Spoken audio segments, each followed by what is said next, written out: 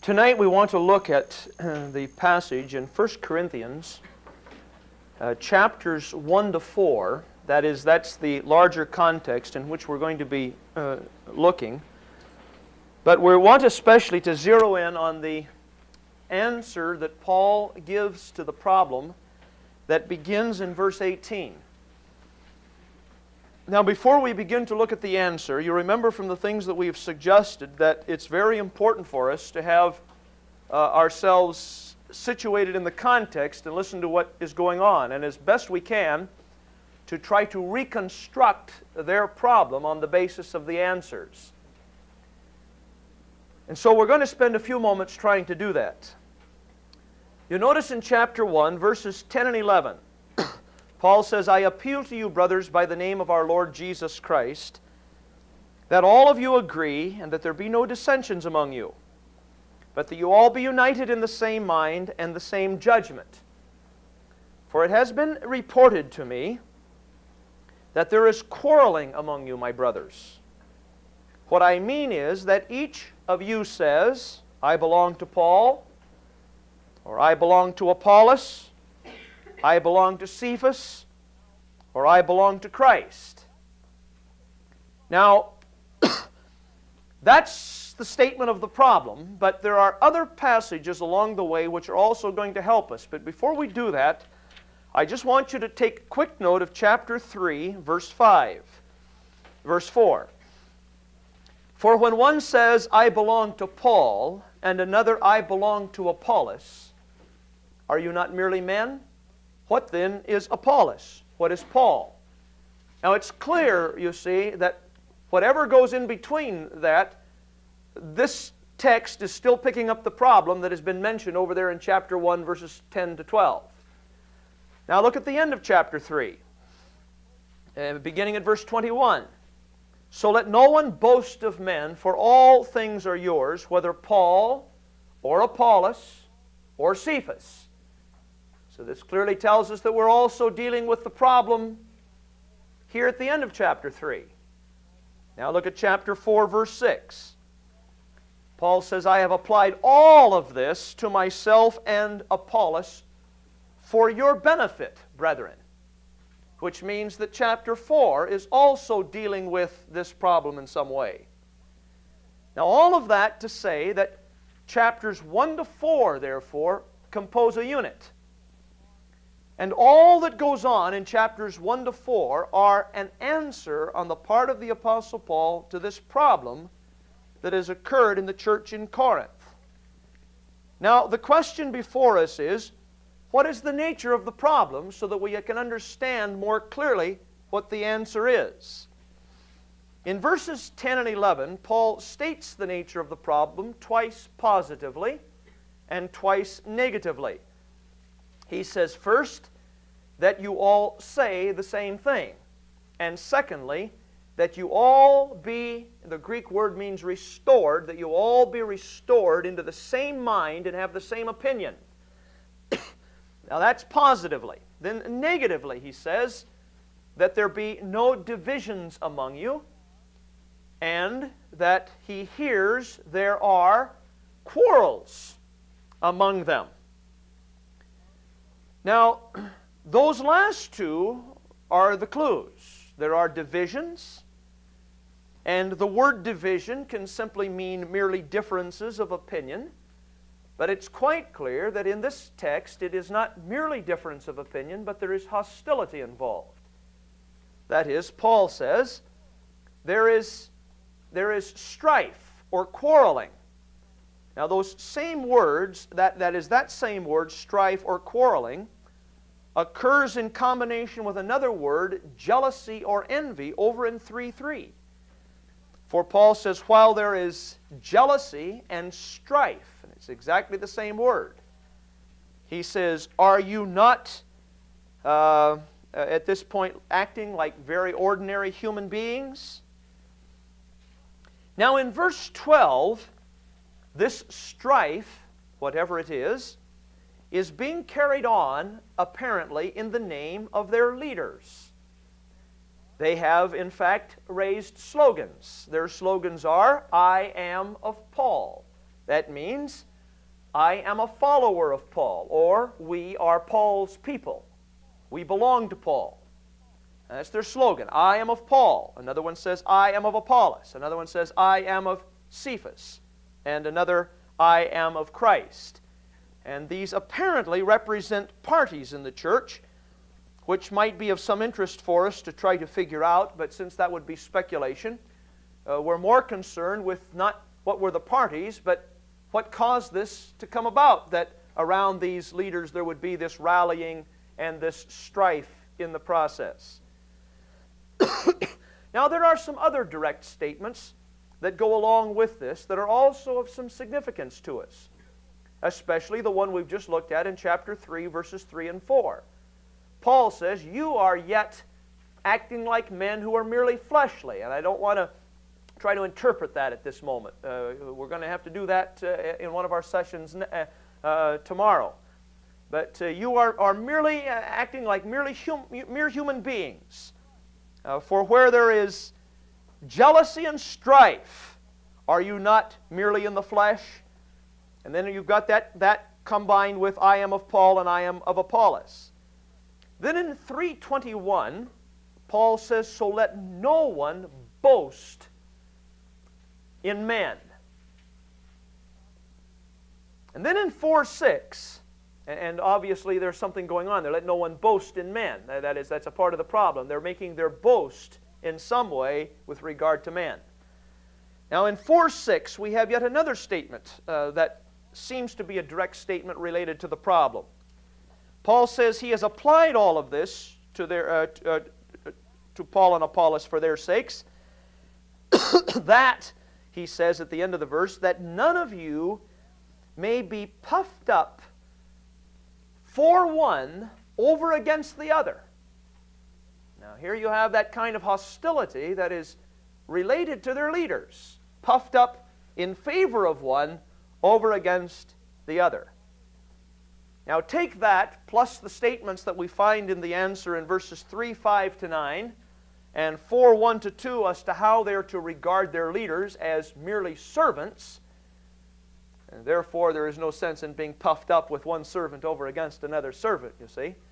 That is, when you take the passages that deal with the leaders as being merely servants, then we have to reckon with the fact that the strife is directly related in some way or another to these teachers.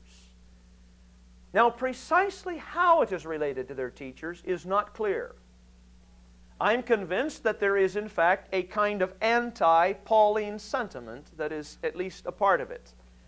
That is, to be puffed up in favor of one over against the other. The other, in this instance, is certainly the Apostle Paul, on the part of some. That is, some are taking a very anti-Paul position in the church. Now, we can be sure of that because of the things that are said in chapter 4 about Paul's being judged before the time. They are not merely preferring Apollos to Paul, they are downright opposed to Paul in the process, as chapter 4 makes abundantly clear. But, and this is a very important but, Paul in no way hints at any point in this passage that the trouble might be in the leaders themselves. That is, he does not suggest at any point that it is Apollos who is at fault, or that it is Cephas who is at fault. That is not in any way suggested. In fact, in chapter 16, verse 12, we would have precisely the opposite thing suggested, where Paul says, as for our brother Apollos, I strongly urged him to visit you. Now, I can't imagine the Apostle Paul urging a visit from Apollos upon this church under any circumstances. But it certainly wouldn't be true under circumstances in which Apollos was himself responsible for the problems. That is, the problem, therefore, erupted inside the congregation, the community, apart from the leaders themselves having anything to do with it. That is, Apollos didn't come in and make himself friendly to the folk in such a way that they became opposed to the Apostle Paul. It's something that grew inherently, intrinsic within the congregation. Now, there are yet some other elements, however, that are going to help us perhaps to put all of this together. And one of these is this little passage in 3:21 that we just noted a few moments ago. Paul says, "So let no one boast in men." The word boast is a very important word in Pauline theology. It's a word that in English has all of the connotations of taking on a stance of a braggart or being conceited or that kind of thing. But that's because we have some difficulty translating into English a good word. We don't have a good word in English for this Greek word that we translate boast. The word means not simply to boast in, but it means to place one's confidence in. It means to put the kind of confidence or trust in one's salvation almost. It means, Paul says if a person will boast, he says at the end of chapter 1, let him boast in the Lord. That is, if one is going to put confidence in someone, put confidence in God and what God has done. So apparently, there has been something related to this boasting on the part of their leaders that is glorying or something in their leaders. Now, it's the same thing as suggested, I think, in chapter 2:5. Paul says that he preached the way he did in order that your faith might not be in the wisdom of men, but in the power of God, so that they wouldn't put their confidence in Paul, but in the gospel itself that Paul preached. And similarly, in verse 3:18, Paul says, if anyone among you thinks that he is wise in this age, let him become a fool, in order that he might be wise. Now, since chapter 3, verses 18 to 23, sum up the argument up to that point, and since it includes both division over men and this concern about misunderstanding of wisdom, it seems to me that here lies the real clue to the problem in the church. That is, it isn't merely a personality cult. We like Paul, we like Apollos. But let no one boast in men, or let not your faith be in the wisdom of man. If any man thinks that he is wise, let him become a fool, that he might become truly wise. And then go back and recount the number of times that the little motif of wisdom and being wise recurs all through this section. And once one does that, it becomes immediately clear that the chapter 1, verses 18, all the way through 2:16, which at first blush seems to be a kind of digression. That is, in chapter 1, 10 to 12, Paul says, there's division among you. Paul, Apollos, Cephas, etc. Now we want you all to speak the same thing, to have the same mind, to be in fellowship in the community of faith. Then it isn't until we finally get to chapter 3, verses 4 and 5, we pick that up again. Now, what in the world is he doing in the meantime? What's going on between the, the division, the statement of the problem of division in chapter 1, verses 10 to 12, and is finally coming around in chapter 3 to say, stop it. Why doesn't he just say, stop it? Since that's obviously the problem, don't do it.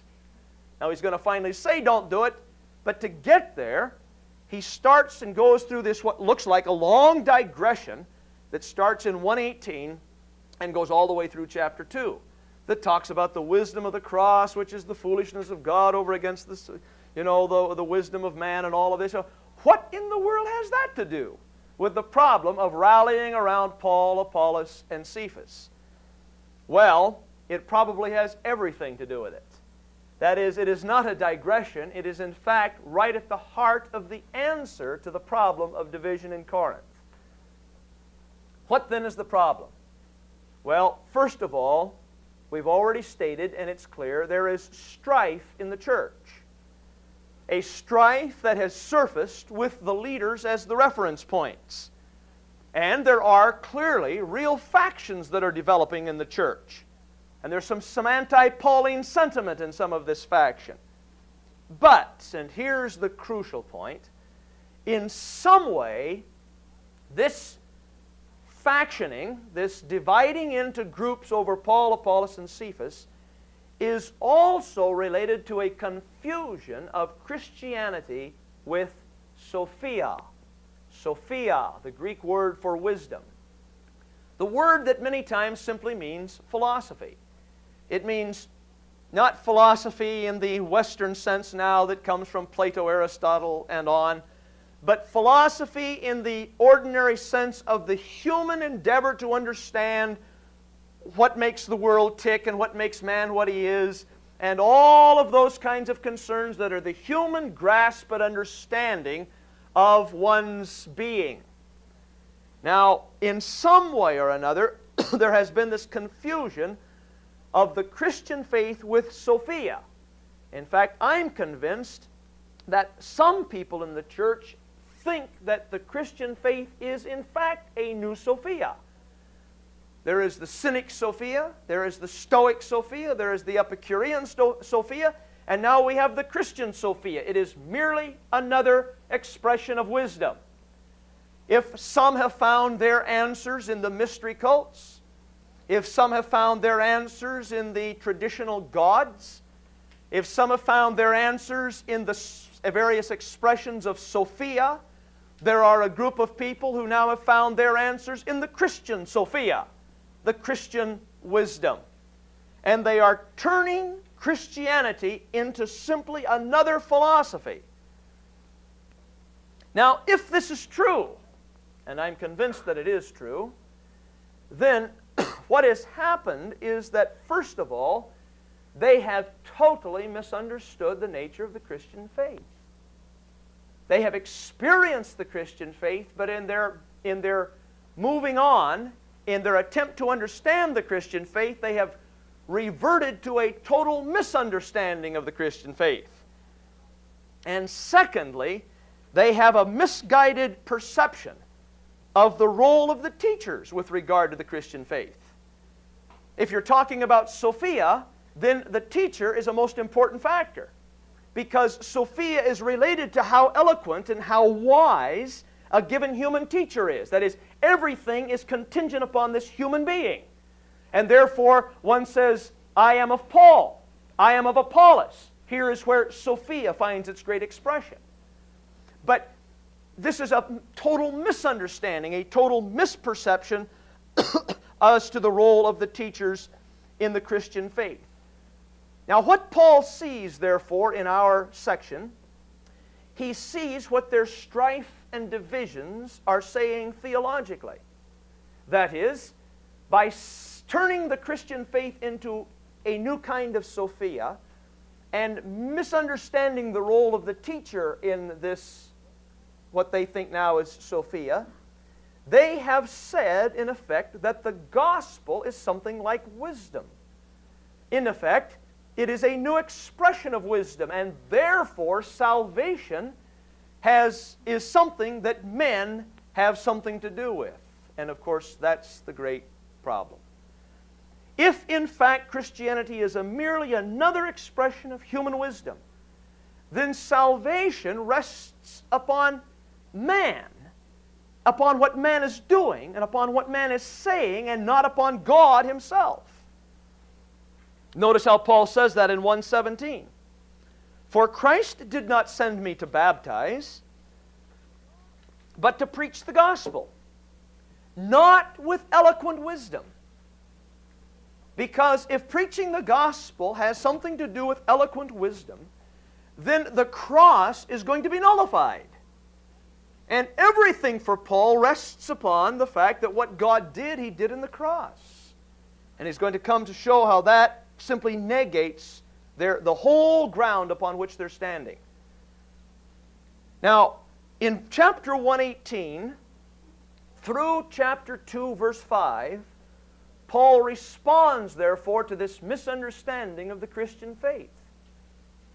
No, he says to them, salvation is not something that comes from wisdom or is something that Paul or Apollos or Cephas has something to do with. Salvation is God's thing. And it is God's thing from beginning to end. It is His power at work in the world. God originated it. God gave it content. And God alone is the one that who makes it effectual. Now he argues this on the basis of three things. The content of the preaching, namely the cross itself, that's the first paragraph, 18 to 25. Secondly, their own existence argues for it. Chapters 1, 26 to 31.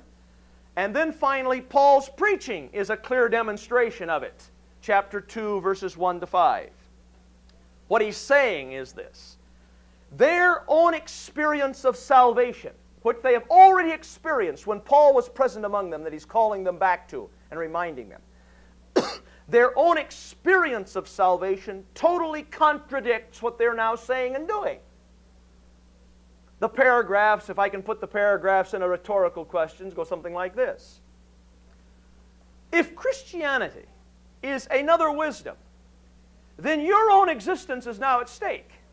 That is, your Christian existence.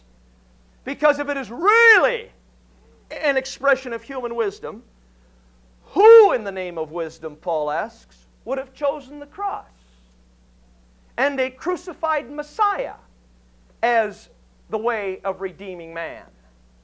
Nobody in his right mind. In fact, the cross is the strongest apologetic that we have for the validity and the reality and the truth of our faith. Nobody would have chosen the cross. It is too stupid, except that that's the way God chose. But He chose it precisely because, from our perspective, it has stupidity and therefore no human being would have done it.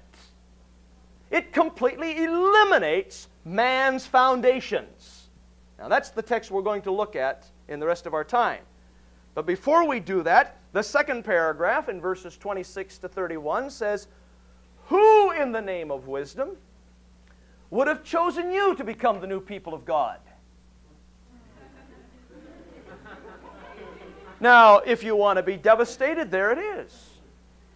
If it's based on wisdom, if it's predicated on human wisdom, then who would have chosen you? Look to yourselves. None of the kinds of people that we would have chosen had we been going about doing it in a human way are among you. Or at least not many. Lady Huntington, who used to always remind us in English text, saved by an M. It doesn't say not any noble, not any wealthy, but not many. So she's saved by that M between the any and the many. But nonetheless, who would have chosen you? There's not many of the kind in which we're going to structure something that has to do with human wisdom. If you think Christianity has to do with human wisdom, just look to yourselves. You know, you're the clearest example that it's got to be something God is doing and not something man is doing. Now, if you don't like that answer, you've got to hang in there because your existence is at stake, you see. This is the whole point he's making. And then finally, in chapter 2, verses 1 to 5, he says, who in the name of wisdom would have come among you the way I did? That is, remember the way I preached. It didn't come the way you're thinking at all. In fact, that's undoubtedly why some are anti-Paul. Precisely because he didn't come preaching in human eloquence and in the words of Sophia and wisdom. He simply preached the cross. But now the Corinthians have a specific kind of problem that we're going to mention from time to time. Excuse me. They have what I call a theology of glory as over against a theology of the cross. Now there's all kinds of problems that are going on in Corinth, but absolutely at the heart of all of them is a theological problem. They have what some have come to call a kind of over-realized eschatology. And I'll explain what that means. They have come to believe that since we are now children of the King, since we already have come to know, God as Lord and we're His children, we already are living in the end. We have already taken on the existence of the end time. Now look how many problems in Corinth are related to that. They deny the bodily resurrection. Who needs it? We're already living in the glory of the end time. They either deny or overdo sexual intercourse. And on either terms, at least especially on the denial expression of it, celibacy, who needs marriage? We're living in the end times. Why do they like to speak in tongues? Because the language of tongues is the language of angels. They like to speak the language of angels because it's a reflection of already being in the end times. They're already living in the heavenly existence and speaking the tongues and the language of angels. And they like that. They have this over-realized eschatology. Paul says in 4:8, in fact, he says it devastatingly. He says, "Oh, already you've come to rule." Oh, would to God that you would really come to rule so that we too, we apostles, might come to rule with you. Now the point is that he says this precisely because that's where they are. They think of themselves as already coming to rule. Now in the process of that kind of theology, what it's going to do is eliminate the cross. Now Paul's not going to end up, this letter isn't going to be the end of this problem. And 2 Corinthians just takes this whole problem up in its totality. The whole problem in 2 Corinthians is the wrestling between the theology of glory and the theology of the cross. The theology of glory that says, a disciple of Jesus Christ has no sickness, no suffering, no misfortunes. Nothing goes wrong because he's living in the end. He's already belonging to the glory of the end. And the Apostle Paul has to remind them, look, the real marks of what it means to be a Christian is to be found precisely in the suffering of the cross. That's where God did His thing. It isn't escaping the suffering of the cross, but it's producing the life of Christ within the suffering of the cross that is the clearest example and demonstration of discipleship. Now there's all kinds of people, especially in the contemporary charismatic movement, who have no use for 2 Corinthians at all. That is, if they do, they don't read it carefully. They just pick out that passage here and there that they like. Because 2 Corinthians is a devastation to the point of view that says, serve God and get rich, or serve God and always be well, or serve God and get rid of all your problems. That is simply not a biblical point of view. Serve God and you might die. That's the biblical point of view. But it's okay. You're free to die now because you don't belong to yourself. You're a child of the King, and therefore if you die, it doesn't matter. If you win, if you live, you win. If you die, you win. So you win in either case, so it doesn't matter anymore. That's the Pauline point of view and the biblical one. Precisely because at the heart of everything for the Apostle Paul is the cross. But the Corinthians have moved beyond the cross. Who needs it? It was okay for him, but now we're already realizing all of the benefits, meaning the benefits in terms of a total glory. Now, what Paul does then to set up this problem is in chapter 1, verses 18 to 25, he makes this great contrast between the cross and Sophia, something that he already started in verse 17. Now, in the process of this argument, Paul says the preaching or the message of the cross is foolishness to those who are perishing. If you will, he divides all humanity into two basic groups. There are those who are perishing and those who are being saved. And you're placed in one group or the other precisely on how you respond to the message of the cross. The message of the cross, to those who are foolish, but those who are perishing, it is an expression of foolishness. But to those who are being saved, and you notice that the contrast now is not wisdom, but the contrast is power. It's an interesting little flip there, You expect to those who are being saved, the preaching of the cross, to those who are perishing, the preaching of the cross is foolishness. But to those who are being saved, you expect the preaching of the cross is wisdom. Now, but it's not what he says at this point. He says it's the power of God unto salvation, because that's where the action is. That's the point of it all. How did you come into your Christian existence? You came into that existence by the power of God, which found its demonstration in the proclamation of the cross as God's way of bringing it off. Now, Paul says, that preaching of the cross is, in fact, to a whole half or a whole group of mankind, it is foolishness. Well, he says in verse 19, God has already prepared us for that, hasn't He? It is written, I will destroy the wisdom of the wise, and the cleverness of the clever I will thwart. Now, that happens to be a very important passage, and I'm pressed for time tonight to get everything that I want to say in. But I would just, in passing, remind you of how thoroughgoing an Old Testament idea that is. Notice, for example, the kinds of passages that occur in Isaiah chapter 40. Let's pick it up at about verse 12. Who has measured the waters in the hollow of His hand, and marked off the heavens with a span, and enclosed the dust of the earth in a measure, and weighed the mountains in scales and the hills in a balance? Who, he asks, has directed the Spirit of the Lord? Or as His counselor, who has instructed Him? And then this question: whom did He consult for enlightenment? And who taught Him the path of justice, and taught Him knowledge, and showed Him the way of understanding?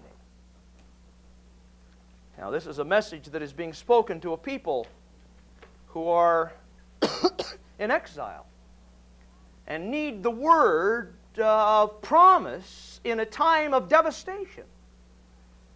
And they're questioning God and His power because of the devastation. And the prophet is saying, now wait a minute. You who are questioning God, are you the ones that gave God instruction? Where did He turn for His wisdom? Did He turn to you? Are you the one that God is going to seek out when He needs some explanation as to how to run His universe? Now, none of us would ever be bold enough to say that. We only just act it. We would never be bold enough to say, well, God should get in touch with me so that He can get, We just simply live out our lives that way. That is our great idolatry. We have this idea that God really can't quite understand what He's doing, so He'd better consult some of us who are so smart to find out what He should be doing. Now, one of the devastating things that the Scripture reminds us over and over is that He can get along without us. Now, I know that for some of you that may not sound like a very good idea, and may not sound like it's a very truthful thing that He can really get along without you. But as a matter of fact, He can. He doesn't need you, and He doesn't need me. And that's a kind of an important theological truth to learn at some point along the way in one's life. It should happen the very first day you step before the cross.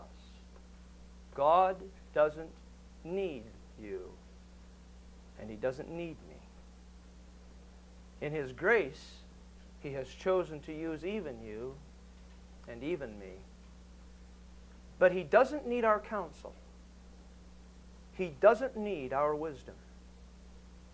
It's a thoroughgoing motif. Remember old Job? After he's all of those words. Remember how it starts in chapter 38? Who is this that darkens counsel with words without knowledge? Boy, devastating. Where were you, Job, when God did all the things that He was about?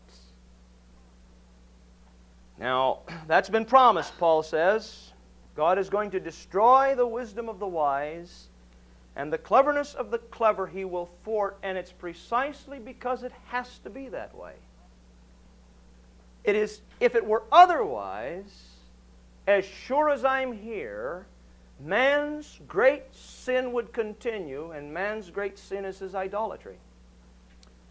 Idolatry, you understand, is not simply making images, that is, making images of wood and stone and metal. Idolatry means to fashion God in any image. And the vast majority of mankind has, in fact, I think that every human being has finally fallen prey to idolatry. That is, we have in some way turned and worshiped the creature over against the Creator. God created man in His own image, and man has been forever trying to return the compliment. We are in the process of trying to recreate God in our image, and then we fall down and worship ourselves, and that's the great sin of mankind. And it's a broken stick. It won't hold up. Now, Paul then says in verse 21, in the wisdom of God, Paul says, in the wisdom of God, God did not allow that the world should know Him through wisdom.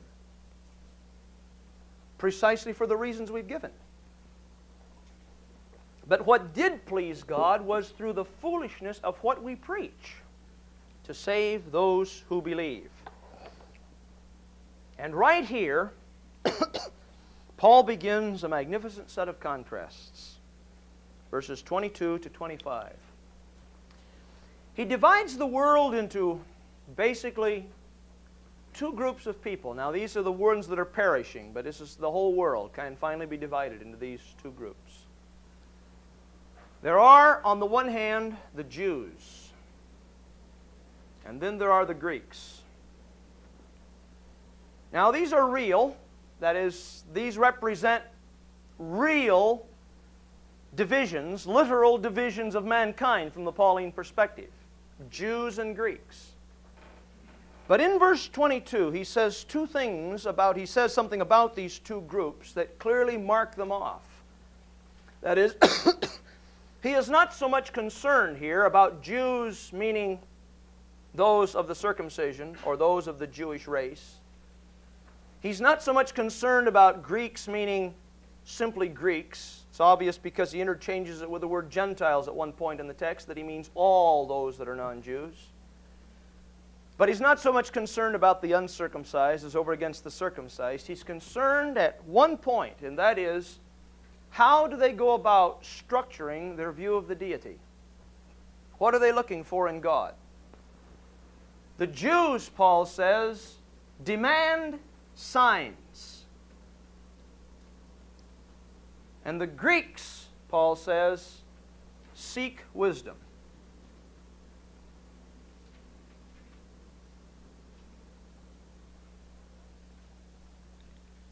Now, by and large, that basically divides mankind. There are those whose view of God demands signs. That is, they have what I call a power model. God is the one who has all the power. That was true historically for Jesus. Show us a sign, and then we'll believe. And what they meant by that is, do something spectacular enough, different enough, that we will recognize it as something that is truly and genuinely a work of God and not a work of man or the work of demons. Do the big thing. Show us a sign. Perform a miracle. Give me power and I'll believe. Now that's where a lot of human beings are. If there's a God up there, out there, somewhere, then show me some visible proof. Let me see God at work. I'll believe if I can see a sign. Show me power. That's what I want. I want a demonstration that God really is. I should say in passing that many times God really condescends to that, you understand. But those who come to faith in God on the basis of signs had better get their faith based on the right thing, because a person who believes God on the basis of signs is headed for trouble if he believes on the basis of signs alone. He is a sure cinch for spiritual neuroses, because his God is going to be a God of the gaps. A God who fills in all of that which is unexplained. God did it. If you can't understand it, God did it. Or he is a God only of the extraordinary. If there's something that goes wrong, I've got to have God operate, do something big. And then there comes a time when God doesn't hop to his bidding. And then he's through with God. If that's the kind of God he is, he's not going to jump when I, yell, or he's not going to play when I, strum the tune, then I'm had it with God. You understand that there are churches that are filled with that kind of neurotic, whose God is a God of the extraordinary only, who cannot see God at work in the ordinary, who cannot see God at work in life, in the created order. All they can see is what's extraordinary. Show me a sign, I'll believe. And then there are the Greeks, and they seek wisdom. The God that they demand is a God who is the ultimate expression of intelligence, smarts. I should say also in passing that if God is not in fact a God of all power and a God of all wisdom, then I'm going to have my difficulties with him too, you understand. But the point is that it's how we're seeking signs and what we're seeking in wisdom that becomes the crucial thing in this whole text. Now, Paul says the Jews seek signs. The Greeks seek wisdom. And so what do we give them? Well, since God is a God of power, we'll give them signs, right? And since God is a God of wisdom, we'll give them wisdom, right? Well, that's only the way we do evangelism in the 20th century. But that's not the way Paul did. He says, to those who are seeking signs, we'll give them the sign. To those seeking wisdom, we'll give them wisdom. And what does he say happens when he does that? To those who are seeking signs, it says they stumble over the cross. And to those seeking wisdom, they laugh. Now, there are good reasons for that. The Jew who is seeking signs, can you imagine anything more intolerably an expression of weakness than a God who has no more power than to get caught into the mess of getting hung up on a cross?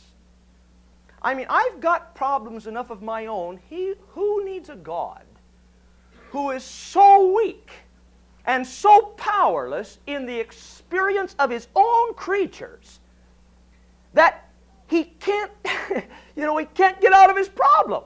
Who needs a God whose ultimate power is expressed in such weakness? You never stood before the cross and heard that crowd cry, "If you're the Son of God, come down from the cross, and then we'll believe." Show us a sign, then we'll believe. I read that text, and my sinful nature just comes right up to the top. If ever there's a time that God ought to do something, if ever there's a time that God ought to step on the scene and show them who's who, He ought to come down from that cross and bash their little heads in. What right have they to try to treat the eternal God in that way? And He hangs there. He just plain hangs there and lets them do it.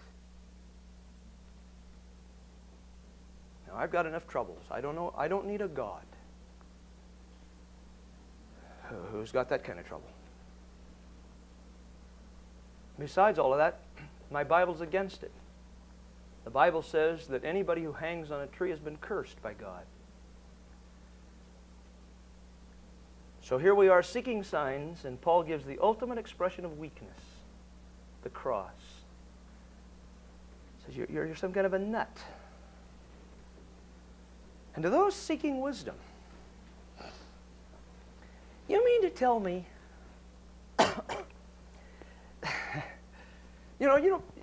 people who died on a cross, it was reserved for just two classes of people. Runaway slaves, people that didn't have any rights in law at all, and non-citizen insurrectionists. Now, Jesus died as a state criminal. You understand that, don't you? He died as a state criminal. There's no other possibility for him to be on the cross. They just didn't hang any old thief on the cross. He died in place of Barabbas, who was a thief in the process of insurrection. That's what that Greek word means. He was a brigand. It means he was an insurrectionist.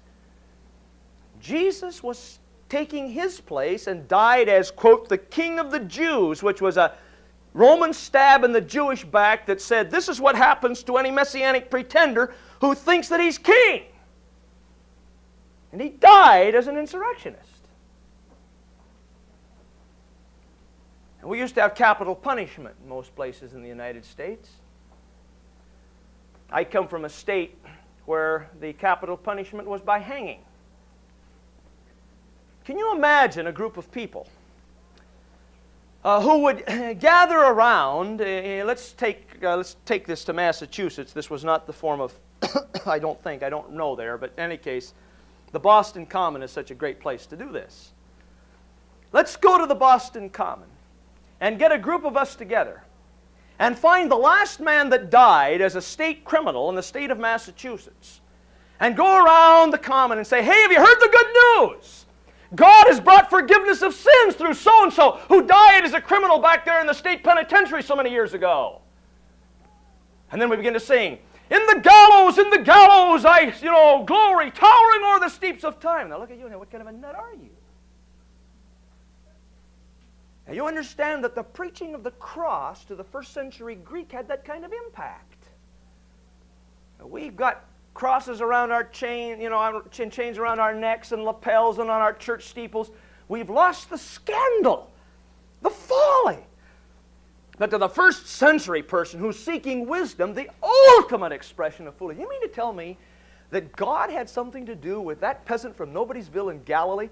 That somehow he was bringing forgiveness, through him? You've got to be out of your gourd, Folly. Now, I would like to suggest to you, if I can move that out of the first step now into the third,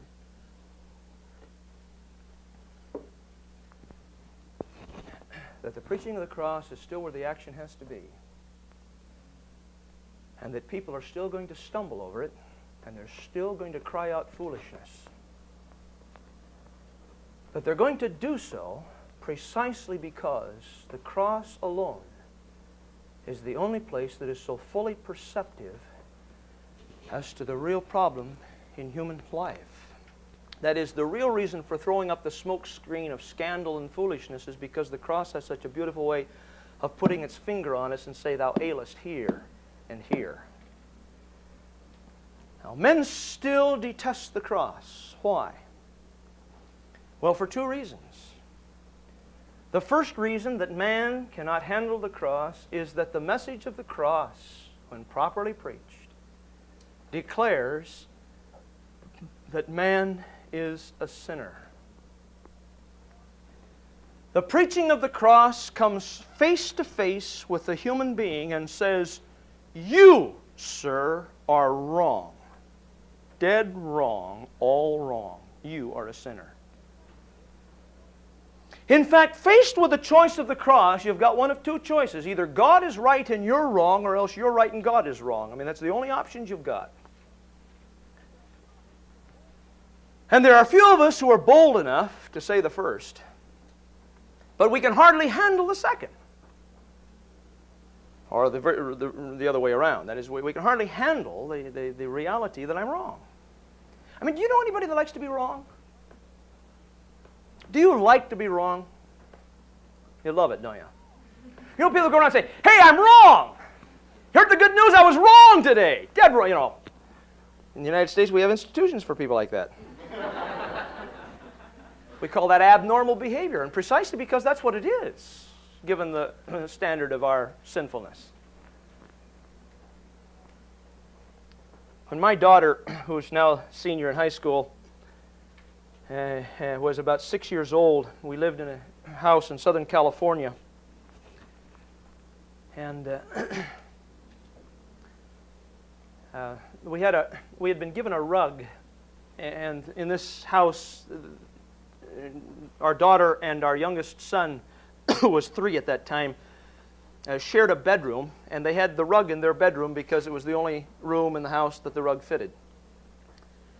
And one year at Christmas, some friends, I guess, gave our kids some watercolors.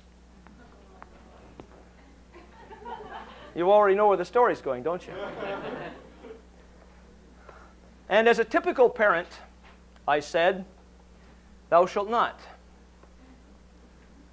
And as a typical sinful kid, what went on in their minds when I said thou shalt not is that God, it must be something good. Otherwise, Dad wouldn't be against it. That's the way we have toward... God said no, it must be he's against my fun, so let's find out what's fun, So sure enough, one day I'm walking down the hall, and I hear, and I'm perverse too, I hear this noise. And what's going on in my mind is too much fun to be good.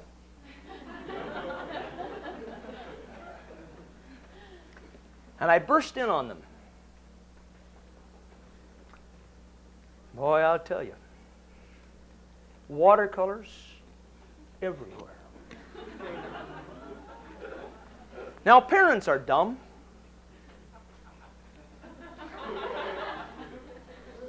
But take heart, because someday some of you will be parents and you'll be dumb too. Can't learn from your own parents, you got to learn from your own mistakes. And here they are, just all over. And I asked the typical dumb parental question. Who did this? Boy, oh boy, oh boy. And you know, they didn't even bat an eye. I mean, they didn't even, he did it, she did it.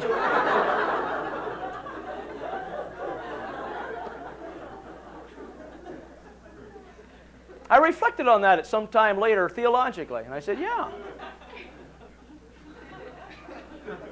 I remembered the garden. Remember the garden?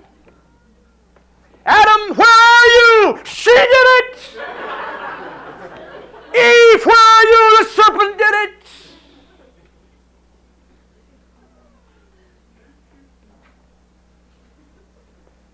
See, at the heart of our sinfulness is our unwillingness to admit that I too am a sinner. If I admit that, I lose my, what I was talking about last night, you see. I lose my life. I'm at stake in that moment. That's why, to finish this story, when I finally came to the realization that it was the daughter who had got the thing going, she said the final devastating theological thing. She said, "Okay, Daddy, but he did it too." Even in my guilt, I can only admit my guilt as long as I include you somehow in it. I am not quite so bad if somehow you are also bad. We're all in this together. Don't blame me, God. And the cross comes right down in the front of our lives and said, "You, sir, you, ma'am, you're a sinner. You need help." Who, me? Scandal, folly! Precisely because it is so penetrating in its diagnosis of who we are. And the second reason we don't like the cross is that it tells us the only way we can get right with God is by a free gift, by grace. You say, "What's wrong with gifts? I like gifts." Well, sure you do in a certain way, but not always. Not when you're at stake. Gifts as long as it's material. Just watch us operate. If you have the choice to invite friends over for dinner or to be invited over for dinner, which choice do you make? You bring people into your house. Why? Because it always gives you one-upmanship. You know? I've got one over on them. And you hate to go because that means I got to get back at them, you know? It's precisely the problem with legalism. We can't really believe that God would just simply accept us the way we are, so what do? We tell God that He can't really be trusted, and so in the process of not really trusting God, I got to get back at Him. I got to give Him my works, just in case, you know. You can't get back at Him. It's free. It's a gift, and it's all of grace. Now, how, and this is what we're not told, how is the cross wisdom and how is it power? Paul says that the cross is God's power to those who are seeking signs. It turns out to be God's wisdom for those who are seeking signs, or to seeking wisdom. How is that so? Well, in the few minutes that I have left, I'm going to see if I can give it a try. I'm not arguing that this is what Paul himself says or that this is what he said, but I've tried to figure out how in the world is the cross wisdom and how is it power. And it seems to me it goes must go something like this. What man was faced with in his creature was rebellion. Now I know you've got your theology square and you're aware of that. I want to remind you, however, and this is particularly true sometimes among YWAMers, they need to hear that the sinner is not only a rebel, but he's pitiable in his rebellion. If we lose that sense of compassion and pity for the man who is a rebel, something goes. But he's a rebel. Now, if I can try to think and talk God talk for a moment, what is God faced with in a rebel? He's faced with not only getting the rebel to run up a white flag and surrender, but what he's trying to do is to get the rebel to change sides and like it, and want to do it. Now that's the real problem. That is, the problem with man's sin isn't simply to get us to knuckle under. He can do that. You want to know what God is like? Line up, a certain number of praying mantises or something. Divide, 100 of them, put 90 over here and put 10 over here and say, you want to know what man's like? Those 90 had better watch out and better step two, because they might get it too. I mean, God could have done that to us. Watch out! He could put us in chains and overcome us, you understand. He could get us on His side. He could have made things so miserable for us, there is no other way except to finally say, okay, God, I give in, I'm going. But what He has is a rebel in chains, not a free son. How is He going to get that rebel to change sides and want to do it? You know how He did it? At one point in human history, when things got pretty miserable, the eternal God Himself stepped center stage on planet Earth. And He came and walked among us. And He came and lived out a truly human life among us. But in the process of that, He was also at the same time revealing God and showing us what God is really like. And somehow or another, He stood so over against us that we couldn't tolerate it. I mean, here was one of whom we couldn't say, He did it too. And it angered us. Threw our whole world into turmoil. If He's right, our blue blankets go. We can't tolerate that presence. And so in one awful, pent-up moment of hatred in human history, man, the creature, took the eternal God and said to God, out of my life. I don't want you in my life. Out of my life, you God! And they threw Him on a cross. And He let Him do it. He let Him do it. And then you know what He did? He took that last moment of ours in our hatred and in our anger and in our sin, and in His own divine wisdom, He used it as His way of turning the tables on us and offering us forgiveness. Now, friends, what are you going to do with a God who loves like that? You can't kill Him anymore. You've already tried that.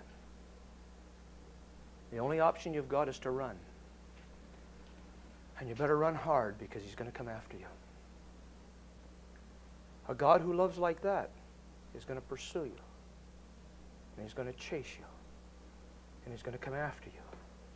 And He's going to beat on your door, and He's going to beat on your life until finally He beats it down and bursts into your life and embraces you. Makes you His own. The power of the cross and the wisdom of the cross is precisely that only through this kind of weakness is the ultimate power expressed that gets us over onto His side and gets us to want to be there. It is the wisdom of the cross because it comes through the power of the transforming power of forgiveness. And once He's got us, He's got us forever.